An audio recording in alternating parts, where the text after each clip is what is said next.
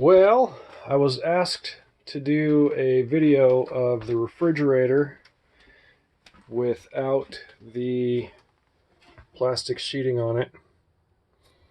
And there it is. No plastic sheeting. Everything is working as it should be working. I'm pretty impressed with this little fridge, I gotta tell you. Looks great. Runs pretty well. It's noisier than I expected it to be. Not much noisier. This is a really small motorhome too, so it's not... Well, this is a 28-foot motorhome. Basically big enough for one person. So yeah, this is it without the plastic sheeting on it. That's how it turned out. In my opinion, it looks pretty good. Well, it looks really good. I like it. I also just got done taking the wall paneling off. That's the old wall paneling. And so I'm going to build a little dinette set here and a table in the middle. And then on this side, I'm going to build a couch. And I relocated my batteries. The problem, I didn't really have a problem, but this post sticking out of the ground here, there you go, you can see it now, was, that's the grounding point for the main battery. These two batteries, and they used to be inside this box, but as I said in previous videos, these batteries don't fit in this box because these are larger than normal batteries. That's a normal size battery, and these are gel batteries, no maintenance, and they a little more expensive. They work pretty well. So I'm building this new battery location before I get the start building the dinette set. And I'm just kind of working out problems right now.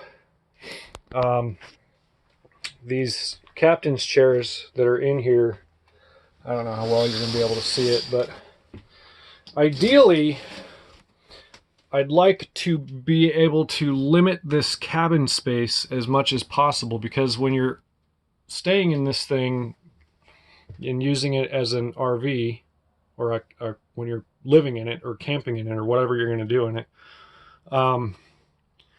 this is just wasted space. But it's also from the 80s, so it's got this gigantic dash,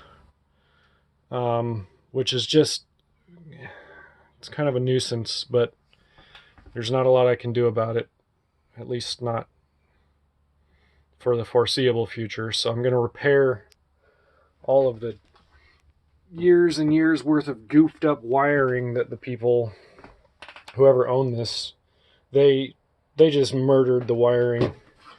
This ignition, it seems to work, or at least the lock seems to work still, but the ignition itself has been bypassed, and this is the key that's used for the ignition now. This old panel, they've pulled out different, they've just pulled out wires from behind, and they never either replaced them, or I'm not sure. I haven't gone back there yet to figure it out. And so I'm kind of working my way forward a little bit at a time with this motorhome. This thing's a beast. But yeah, so as it is, got the batteries moved from this location to over here. Everything works well. Everything runs. And so all I did was I relocated the ground for the batteries inside of the engine compartment to a pre-existing ground, and it seems to be working just fine. But now I'm starting to see how much work I've got cut out for myself, because this is from... Okay, so here's what I was talking about earlier. So I'd like to be able to have a dinette set here, which means a table here, and a chair here, and a chair here. And when I need the space for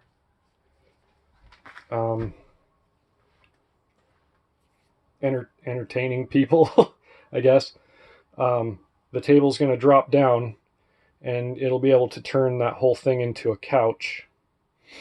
And then the other part of it is that I'd like to be able to have the couch be able to extend out and meet the edge of the dinette set. So when the table's down and this part's a couch, then this part can turn, this basically will just turn into a whole queen size bed area for,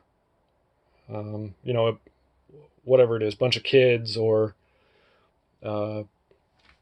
whoever I'm entertaining. I have a daughter, so, and she's only two and a half now. So this space, just with a decent sized couch, is going to be enough space for her for the foreseeable future. And even when it starts, even if she starts to get a little big for this space, then I'm just gonna build a simple interlocking slide extension, and the back of the couch will lay down, and it'll be, bigger than the average toddler size bed, but it'll be plenty big for a small person. But then if there's big people that need to stay in this space, then or many small people, then this whole thing is going to be capable of turning into a bed, ideally. And so I've just got to plan it out right and build it right so that I can make that happen. One of the things I'm dealing with is that these captain's chairs, because this area up here is it's a relatively large area, from the edge here, where the engine compartment is, to the front windshield is roughly 6 feet, 5.5, 6 feet. And but it's got like a sloped windshield, and the tire is actually, the front tires are actually right underneath the captain's chairs. So, that's one thing. But so my problem is that these two chairs are also used for extra seating when you're not using them for driving. And when you turn it, that's how much room I have. And so my plan was to build the back of the this dinette set over here. I was going to build it about halfway, maybe a little more than halfway, and the back was going to sit just over basically the back side of that battery, or just on this side of the back side of that battery. But that's not going to work very well, because as I turn that chair, you know, I won't get the full turn out of the chair if I need the extra seating, which doesn't present a huge problem because realistically, that's really all that's needed, because then at least you can have extra seating for people to sit and do whatever people do. And then you can still have the space here for the small dinette seating type of area.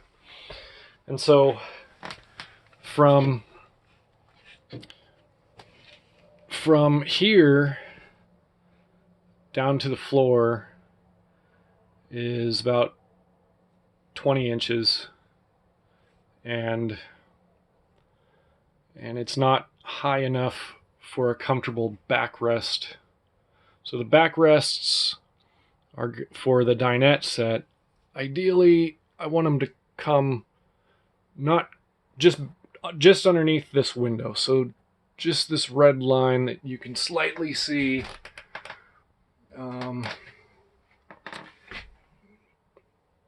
And that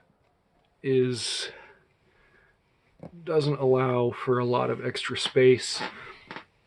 And then if while driving you want to recline, then you've got plenty of space. So I'm just gonna have to work at squeezing it into an appropriate amount of space so that I don't interfere with the captain's chair too much, and I still get a comfortable seating area. Yeah, so that's going to be an interesting project. On this side, I have and the problem is it's only from the engine compartment to the door is only about 5 feet and 3 inches or so. And so if I build right up to the engine compartment, and I've got, you know, your feet will, it's just going to be tight. There's not really any way of getting around it. It's just going to have to be tight. But so yeah, I'm working it out. And then the other problem is that, you know, to get the couch to extend, you know, because the end of the couch is essentially going to come to about the end of this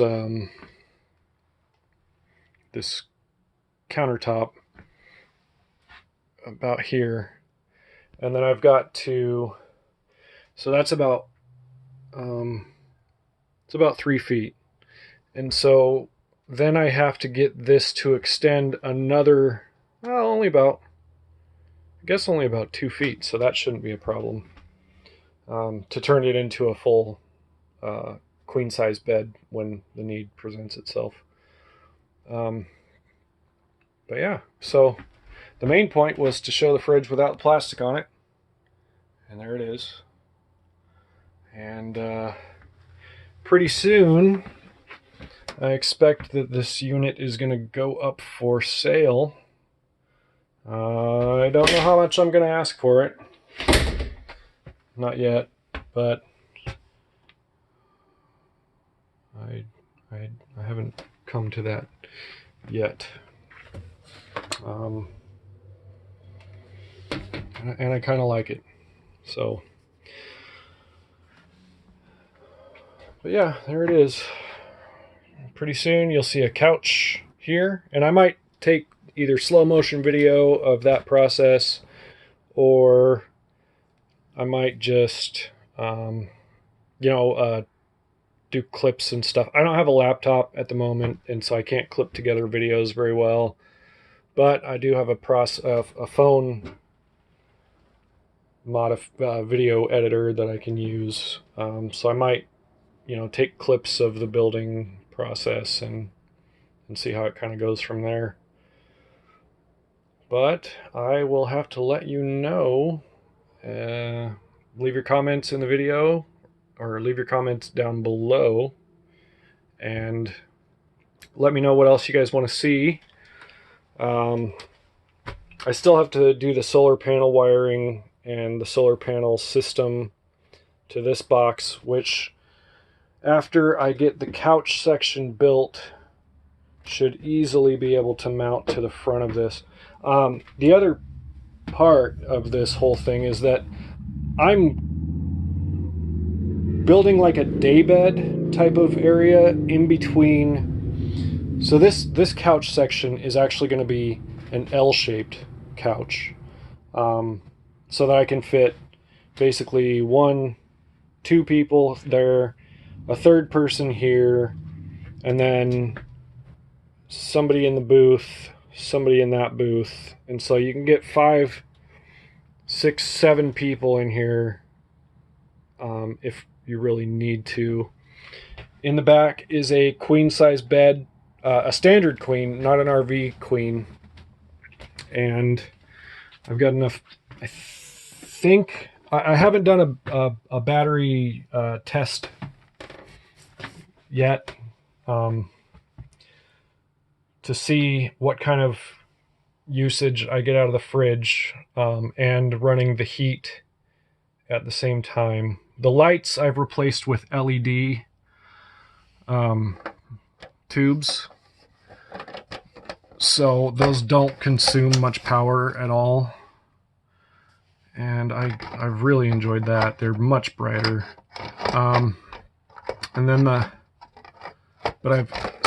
haven't done a battery consumption estimation, but from what it seems like, I've done a little bit of battery testing with this fridge and with the heating. Essentially, I think it'll run everything. I can run comfortably for about 2 days without starting the generator. But as it is, to cook on this, or to use the microwave, or to use the hot water heater, I have to turn the generator on for short spurts anyway. And another thing I haven't shown you guys yet is I replaced my 35-year-old charger converter setup to a brand new smart charger and just a new unit from, oh gosh, I forget who made it. I also redid the closet area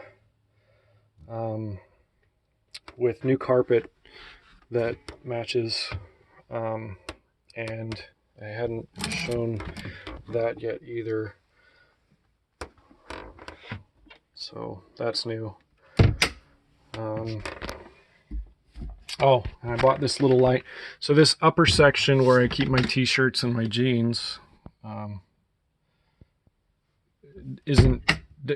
it doesn't light up. So I went and bought this little LED sticky strip for, I don't know how much it was. I think it was $10 or something. But I bought that to stick up in the lip up here, so when I open the closet, the little triggers will turn on both the top and the bottom section, which is a nice little feature. I've got the hinges and the gas shocks for the bed, for this, the bed lift. I haven't put them on yet. I'm just waiting until winter, when my work slows down a little bit, when my under the table jobs stop. And I've got a few more things here and there that I've got left to put in. I've got the bed lift kit. I've got the solar system. I've got, oh yeah, all the little marker lights for the outside. And I've got to redo the wiring up front. I think this should be, I'll be able to sell it by spring. Everyone I know is telling me not to sell it because pretty much won't get what it's really worth. I don't know. I don't know. We'll see.